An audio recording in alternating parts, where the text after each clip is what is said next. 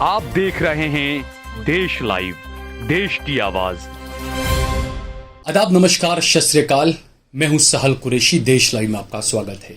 आज हम बात करेंगे एक ऐसे मुद्दे की जहां पर जनता ये सोचती है कि न्याय हमसे कोसों दूर चला गया है, काफी दूर जा चुका है, क्योंकि जिस तरीके का माहौल पिछले 7-8 सालों में देश का हुआ, उससे लोगों के मन में, लोगों के जहन में सवाल आने लगे। और ऐसे में बिल्किस बानो के परिवार पर हमला होना, इसने तो मानो सबको बिल्कुल यानी एक तरह से तहस नहस करके रख दिया। जो इंसान हैं, जिनमें इंसानियत बची है, उन लोगों को। ये मौजूदा खबर है, गोदी मीडिया से ये खबर गायब है। गोदी मीडिया में कहीं पर भी आपको ये खबर नहीं आएगी कि सुप्रीम कोर्ट के अंदर आज बिल्किस बानो के मामले पर सुनवाई चल रही थी, लेकिन उससे कुछ दिन पहले, 2 दिन पहले सिर्फ, बिल्किस बानो के देवर, जो कि बिल्किस बानो के केस के अंदर गवाह भी हैं, उन पर और उनके बेटे पर हमला किया गया। उन्हें इतने बुरे तरीके से पीटा गया, उनका पैर तक तोड़ दिया गया, उनके सर में मारा गया, उन्हें इतना पीटा गया कि वो बेहोश तक हो गए। आप सोचिए, एक गवाह की ऐसी हालत। और जो हमला करने वाले जो लोग हैं, उमेश भरवाड़, और इनके साथ में तकरीबन 5-6 लोग और हैं जिन्होंने ये हमला किया। जिन्हें मारा है, बिल्किस बानो के जो देवर, उनका कहना है कि 10 से 15 लोग थे, लेकिन पुलिस ने एफआईआर के अंदर 5 से 6 लोगों का लिखा है। इस खबर के बारे में हम बात करेंगे, लेकिन उससे पहले अगर आपने हमारा चैनल देश लाइव सब्सक्राइब न किया हो तो हमारे चैनल को जरूर सब्सक्राइब कर लीजिए। सोशल मीडिया के तमाम प्लेटफॉर्म्स पर, फेसबुक पर, ट्विटर पर, इंस्टाग्राम पर आप देश लाइव के पेज को फॉलो करें। इसके अलावा सहल कुरैशी और सहल कुरैशी ऑफिशियल पेज को भी जरूर फॉलो करें। और हमारा नंबर हमने दिया हुआ है, हमारा ज्यादा से ज्यादा समर्थन करें। तो हम बात कर रहे हैं बिल्किस बानो के परिवार पर हुए हमले की।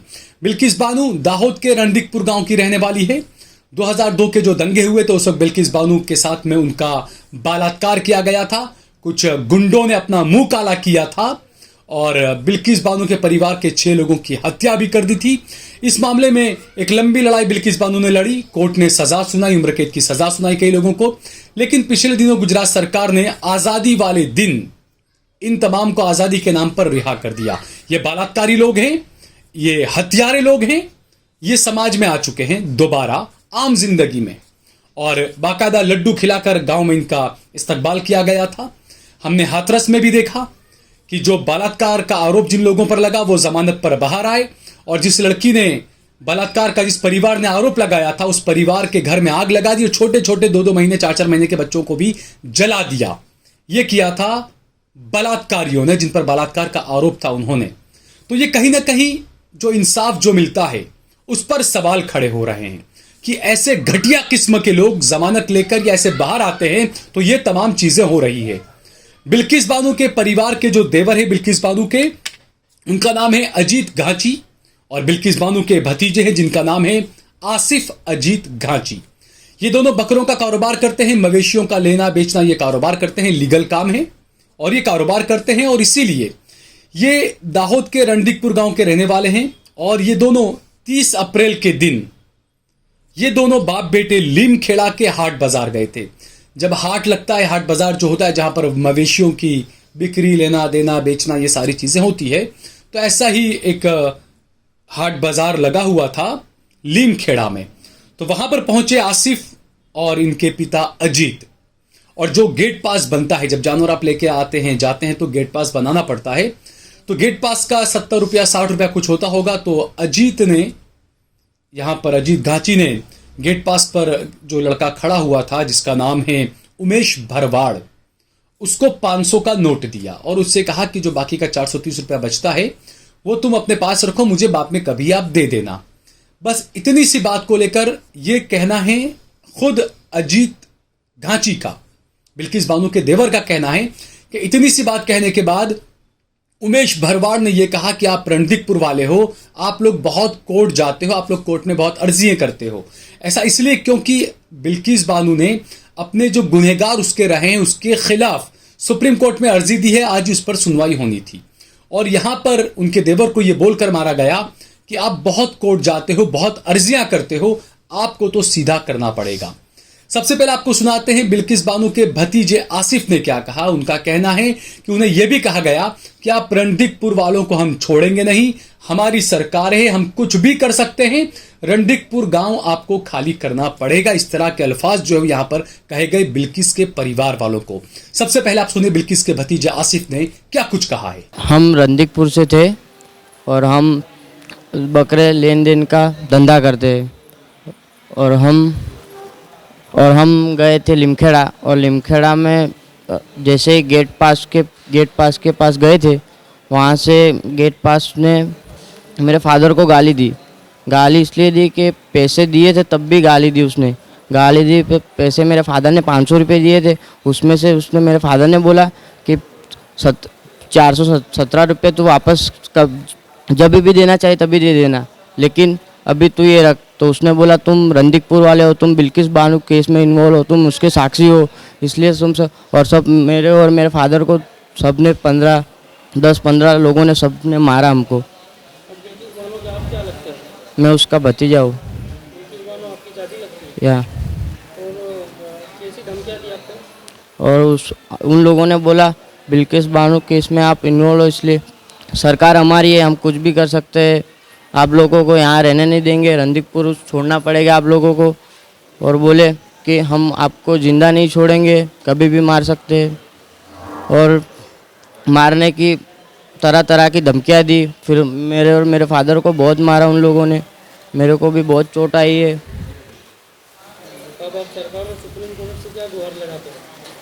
मैं तो यही लगाऊंगा कि मुझे साफ साफ न्याय मिले। मेरा नाम आसिफ अजीत गाची है। तो सुना आपने, बिल्किस के भतीजे का साफ कहना है कि वो जो लोग थे 10 से 15 लोग थे, उन्होंने उनको पीटा और इतना पीटा कि उनके पिता तो बेहोश तक हो गए। आप सोचिए, पांव फ्रैक्चर हो गया, बेहोश हो गए। और आसिफ के पिता का यह कहना है कि इन लोगों ने, क्योंकि वो खुद गवाह है बिल्किस बानो के मामले में, और ये बोलकर उनको मारा कि तुम बहुत अर्जिए करते हो, बहुत कोर्ट जाते हो, तुम्हें सबक सिखाना पड़ेगा, तुम्हें छोड़ेंगे नहीं। और रणदीकपुर वाले सभी गांव वाले ऐसे हैं, ये बात कही गई। ये कुछ उन्होंने कहा। और इसके अलावा ये भी आप सोचिए कि इंसाफ के लिए इंसान को कितना डरना पड़ रहा है। मार खाने के बाद ये पुलिस स्टेशन पहुंचे एफआईआर दर्ज कराने, तो पुलिस ने यह कहा कि अभी साहब नहीं है, इसलिए अभी आपकी सुनवाई हम नहीं कर सकते हैं, आप थोड़ा रुकें या बाद में आए। अब ऐसे में जो इंसान अपने घर से दूर है, जहां पर उसको पीटा गया, सीधी बात है हिंदू मुसलमान का ही मामला बनता ही हर जगह पर। अब तो ये डर की वजह से वापस अपने गांव चले गए, एफआईआर कराने नहीं आए। इन्होंने कहा कि मुझे डर लग रहा था कि मेरी वहां पर दोबारा पिटाई ना हो जाए या कुछ चीजें ना हो जाए, इस वजह से ये दोबारा रणदीकपुर गांव चले गए। अब सुनिए क्या कुछ कहा है यहाँ पर अजीत घाची, जो कि बिल्किस बानो के देवर है। उन्होंने, मेरा नाम घाची अजीत भाई यूसुफ भाई है और मैं रणदीकपुर गांव का रहवासी हूँ।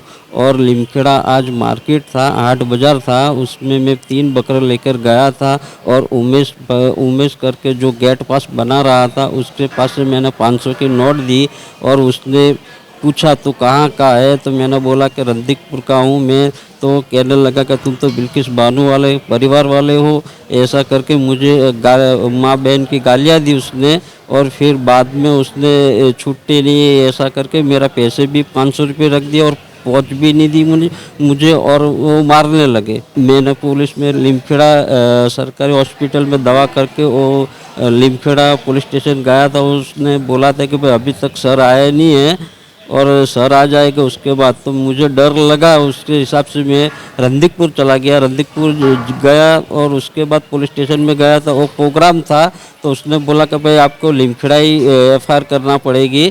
और मैंने बोला कि भाई यहाँ से डर के मारे मैं तो वहाँ से भाग गया था और मुझे मारा था और मुझे बहुत तकलीफ़ थी। उसके हिसाब से मैंने फिर और दाहोद चला आया। मेरे को झाड़स में मैं अभी तक मैं एडमिट हूँ। और मेरे पैर में मारा, मुझे गेबी मारा उसने, और माथे में सिर में भी बहुत लगा है और पैर भी फ्रैक्चर हुआ। और मेरे लड़कों को भी उसने मारा है। और उसको तुम 2 बाप बेटों की ऐसा कि रणदीकपुर के और बिल्किस के परिवार को, इसीलिए हमको ज़्यादा गालियाँ दी और मारने लगे वो लोग। न सब मेरे ख्याल से 10 या 15। बिल्किस बानो के आप क्या लगते हैं? मैं दियोर लगता हूँ। अब आप कहाँ पे और आपको कहाँ चोट लगी? मुझे पैर में लगी हुई है और माथे पे और पीठ पे, और मेरे लड़कों को भी माथे पे और पीठ पे जा, और फिर मैं बेहोश हो गया। मुझे मालूम नहीं और कहाँ कहाँ उन लोगों ने मारा और कौन ले गया हॉस्पिटल में, वो भी मुझे मालूम नहीं। तो सुना आपने अजीत गांची ने जो जो बातें कही है, ये कहीं ना कहीं इन्हीं चीजों को लेकर जनता के एक बड़ा जनमानस ऐसा है जिसके जहन में यह बात आती है कि इंसाफ हमसे काफी दूर हो चुका है। और अब तो ऐसा लगता है कि ताकतवर लोगों के सामने इंसाफ लेने के लिए आपको कितना कुछ करना पड़ता है, कितना मुश्किल है आजकल ताकतवर लोगों के सामने इंसाफ के लिए खड़ा रहना। ये इसी तमाम वानगी जो नजर आती है, ये इसी का नतीजा है। यहाँ पर जो चीजें दिख रही है, जो चीजें हो रही है, जो ये कहा है यहाँ पर बिल्किस बानो के देवर ने और भतीजे ने, हालांकि पुलिस की एफआईआर के अंदर ये तमाम चीजों को ये कहें कि नजरअंदाज किया गया। पुलिस की एफआईआर में बहुत मामूली से 154 की कलम लगाई गई है, इसके अलावा दूसरी कोई कलम नहीं लगाई गई। इनको जान से मारने की कोशिश की गई, इन्हें मारने की धमकी दी, जो जो बातें इन पर की, अब बार बार कोर्ट जाते हो, ये तमाम चीजें वो है जो कहीं ना कहीं एफआईआर के अंदर लचर रवैया गुजरात पुलिस ने अपनाया है, ये फिलहाल इसमें नजर आ रहा है। तो मैं तो यही चाहूंगा कि जो वकील है, जो वकील है इनके, उनको इस बारे में सोचना चाहिए। और चूंकि सुप्रीम कोर्ट में ये जो बहस चल रही है इस वक्त बिल्किस बानो के मामले पर, वहां पर उन वकीलों को भी इस बात को जहन में लाना चाहिए कि हाथरस में जो हुआ था, जिस तरीके से उत्तर प्रदेश में जो बलात्कारी थे जो जमानत पर बाहर आए, उसके बाद में उन्होंने फरियाद करने वाली लड़की के परिवार पर हमला किया, आग लगाई। इसी तरीके से बिल्किस के जो आरोपी क्या जो गुनहगार हैं, जिन्हें सजा हुई थी, वो लोग अगर बाहर आ रहे हैं और इस तरीके से उनके परिवार पर हमला हो रहा है, तो यकीनन आने वाला वक्त जो है वो ऐसे परिवारों के लिए ज्यादा खतरनाक है। और ये सिर्फ परिवारों के लिए नहीं, ये देश के लिए और लोकतंत्र के लिए बहुत ज्यादा खतरनाक है। लोकतंत्र कहां है, लोकतंत्र कैसा है, ये सवाल अब लोगों के जहन में आने लगा है। तो इस बारे में सभी को सोचना चाहिए। और जो वकीला है, मैं बार बार कहूंगा कि इन वकीलों को इस बारे में बहुत ही ठोस कार्रवाई इन लोगों के खिलाफ करनी चाहिए। जबकि बताया यह जा रहा है कि अब तक पुलिस ने एफआईआर के अंदर लिखा है 5 से 6 लोग, जबकि जिन्होंने मार खाई है, जिन्हें मारा गया, इतना मारा गया कि ये बेहोश तक हो गए। इनका कहना है कि 10 से 15 लोगों ने उनको पीटा, लेकिन पुलिस ने एफआईआर में लिखा 5 से 6 लोग।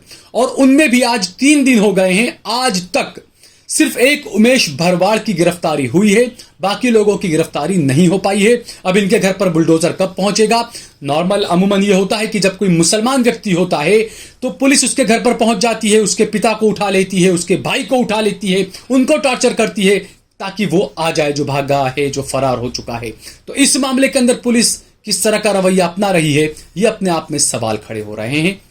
हालांकि मैं ये कहूंगा कि तमाम पुलिस वाले एक जैसे नहीं होते। सिस्टम के अंदर काफी अच्छे पुलिस वाले भी, और कई बार ये होता है कि जो अधिकारी लोग होते हैं वो समझदार होते हैं। कई बार ये होता है कि अधिकारियों को कुछ पता ही नहीं होता कि उनके हाथ के नीचे जो लोग हैं, छोटे मोटे कॉर्पोरेटर वगैरह, वो लोग क्या काम कर रहे हैं, राइटर वगैरह, वो लोग क्या काम कर रहे हैं वो उन्हें पता ही नहीं चलता है। कॉर्पोरेटर नहीं, माफ कीजिएगा, राइटर, जो राइटर होते हैं, पीएसआई होते हैं, तो ये लोग क्या काम कर रहे होते हैं, कई बार ऊपरी लेवल के अधिकारियों को पता तक नहीं होता है। तो ये सिस्टम में कहीं ना कहीं सड़ांध लग चुकी है। अब ये सड़ांध किसको दूर करनी चाहिए, कैसे दूर करनी चाहिए, ये अधिकारियों को खुद को समझना चाहिए। क्योंकि एक दिन वो आएगा कि आप सबको मरने के बाद कहीं जाकर खड़ा होना है, आपको जवाब देना है अपने पालनहार को कि आपने किस तरीके के काम किए, इंसाफ के लिए आपने क्या किया, ये तमाम चीजें इंसानियत के लिए आपने क्या किया। ये सभी का जवाब सिर्फ आपको ही नहीं, मुझे, हम सबको मरने के बाद जो असली जिंदगी है, जब पालनहार के सामने हमें खड़ा होना है, वहां पर हमें जवाब देने होंगे। तो यहां तो आप कैसे भी जिंदगी गुजार लेंगे, लेकिन वहां पर जो जवाब पर जो पकड़ होगी आपकी, वो किसी के भी बर्दाश्त के बाहर होगी। इस बारे में अभी से आपको सोचना चाहिए। ये वीडियो अगर आपको पसंद आया हो तो इस पर ज्यादा से ज्यादा कमेंट करें, इसे लाइक करें। अगर आपको ये खबर अच्छी लगी हो तो इसके अलावा भी कुछ सुझाव हो आपके पास तो आप हमें सुझाव भी जरूर दीजिए। अगर आपने हमारा चैनल देश लाइव सब्सक्राइब न किया हो तो हमारे चैनल को जरूर सब्सक्राइब करिए। इसके अलावा स्टार बटन दबाकर फेसबुक पर भी हमारा ज्यादा से ज्यादा समर्थन करिए।